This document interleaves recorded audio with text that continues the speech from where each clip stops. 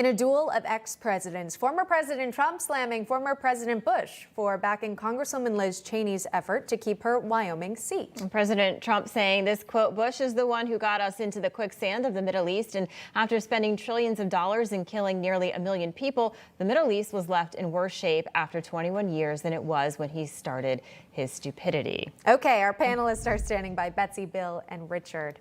Bill, I want to go straight to you since you'd worked with the Trump administration here. Your thoughts on the former president weighing in and really calling out George Bush as well as Liz Cheney?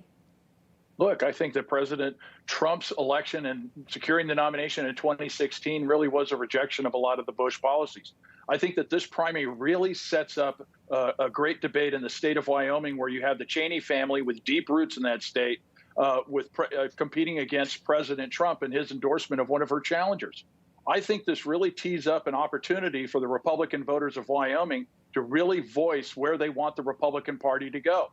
Do they want to go back to the corporate kind of big business party of the past, where there was a pretty aggressive foreign policy that got us into a lot of wars? Or do they want to focus more on the working men and women and putting America first, not only in terms of national security, but in terms of economic security? So I think this is right where it should be.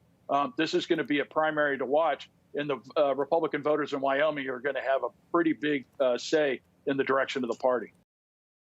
Hey, I'm Rob Finnerty. Thanks for watching. If you enjoyed this video, please join the conversation in the comments below. Don't forget to subscribe, too.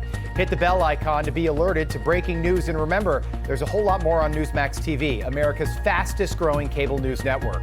Newsmax TV, we're real news for real people.